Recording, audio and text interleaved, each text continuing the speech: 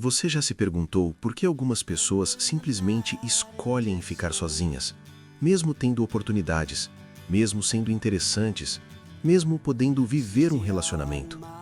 Será que isso é medo, exigência, ou existe algo muito mais profundo por trás dessa escolha? A verdade é que, por trás de quem escolhe ficar sozinho, existe uma lógica silenciosa que quase ninguém percebe. E ao longo deste vídeo, você vai entender o que realmente acontece dentro da mente dessas pessoas. E talvez, sem perceber, você comece a se reconhecer em cada detalhe. Porque isso não é apenas sobre estar sozinho. É sobre o que acontece dentro de você quando ninguém está olhando. Primeiro, existe algo que poucas pessoas admitem. Quem escolhe ficar sozinho geralmente pensa mais do que a média. Não é só sobre refletir, é sobre sentir tudo com mais intensidade. Essas pessoas analisam conversas, atitudes, olhares, intenções. Enquanto muitos entram em relações de forma leve e espontânea, elas entram com consciência. E isso muda tudo. Porque quando você enxerga demais, você também começa a questionar demais.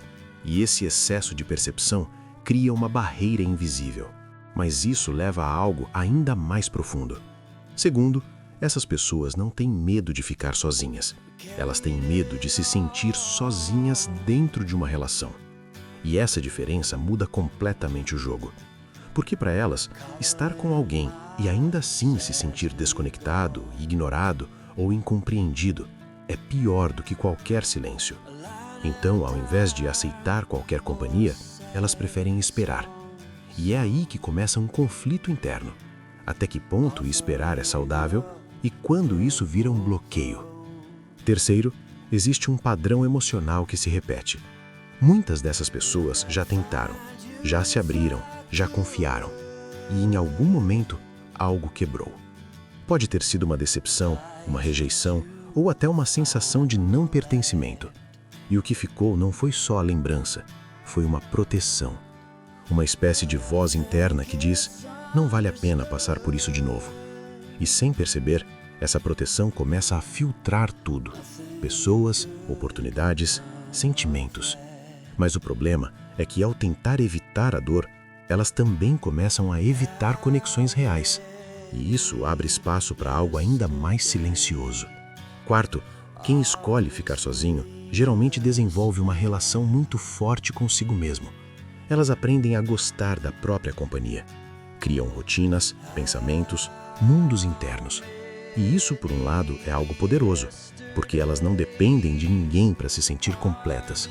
Mas, por outro lado, isso também eleva o padrão emocional. Não é qualquer presença que vai valer mais do que a própria paz. E é exatamente aqui que muita gente não entende.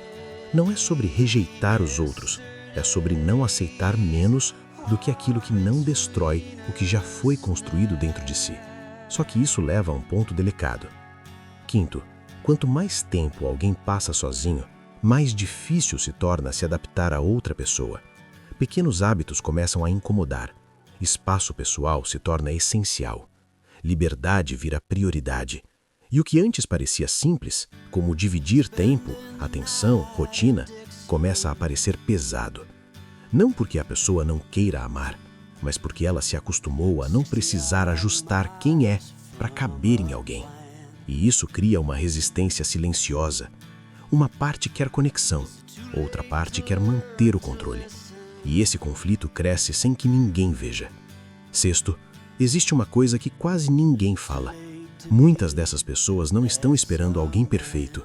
Elas estão esperando alguém que não quebre o que elas demoraram tanto para reconstruir. Porque depois de passar por experiências que exigiram força emocional, elas não querem começar do zero. Elas querem algo que some, que respeite, que compreenda. E isso não é exigência exagerada. É consequência de quem aprendeu, do jeito mais difícil, o valor da própria paz.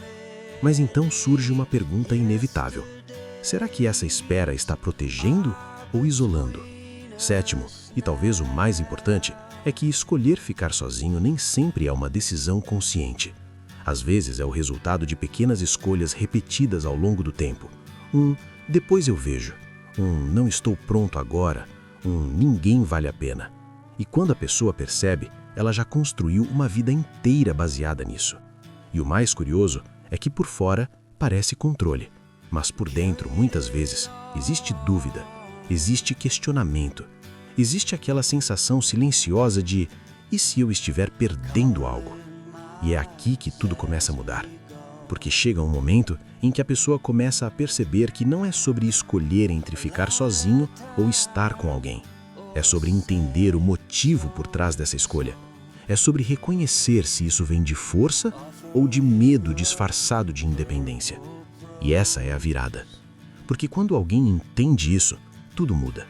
A solidão deixa de ser um escudo e passa a ser uma escolha consciente. A pessoa não se fecha mais por proteção. Ela se abre com critério. Ela não aceita qualquer conexão, mas também não bloqueia todas. Ela aprende a equilibrar. Aprende que é possível manter a própria essência, sem precisar se isolar do mundo. E nesse ponto, algo poderoso acontece. Ela percebe que não precisa deixar de ser quem é para se conectar com alguém. Ela só precisa encontrar alguém que não exija isso. E esse é o clímax de tudo. No fim das contas, quem escolhe ficar sozinho não está fugindo do amor. Está fugindo de versões do amor que não fazem mais sentido. Está esperando algo que seja real, leve, recíproco. Algo que não exija esforço constante para funcionar. Algo que não machuque. E quando essa pessoa encontra isso, ela não resiste. Ela apenas reconhece. Agora me diz, você escolhe ficar sozinho ou apenas aprendeu a se proteger bem demais? Se esse vídeo fez sentido para você, talvez valha a pena ficar por aqui. Porque às vezes, entender a própria mente é o primeiro passo para mudar a própria história. E se quiser, compartilha nos comentários o que mais se conectou com você. Eu quero saber até onde isso também faz parte da sua realidade.